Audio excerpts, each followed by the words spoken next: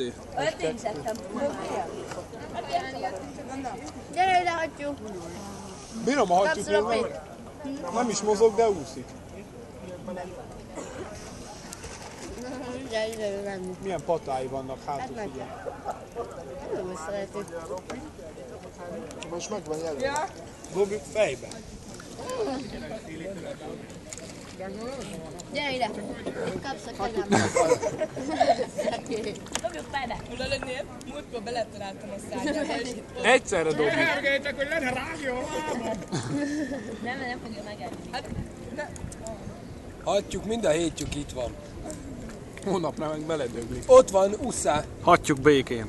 Hadd menjen el messzebb, arra hogy fele, nyúlik a dobáld nyaka. arra, hogy arra fele Nem, menjen. inkább ide jöjjön. De ne, arra fele dobáld, hogy azokat tegyen meg. De pazaros, hogy ott tedd meg azokat. Milyen királyú néz ki ez a Megemetve. fekete ott az elején, nem? Milyen ráncos a bokája.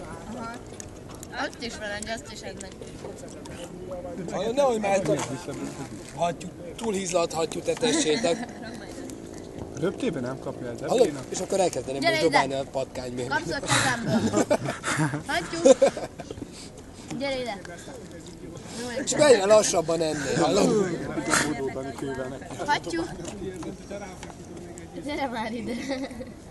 Júj, kilátszik a Nem itt innen. Ne ijeszgesd már, majdnem evett belőle. Gyere! Kap! Jó is kap. De elijesztett és nem eszik meg. Meg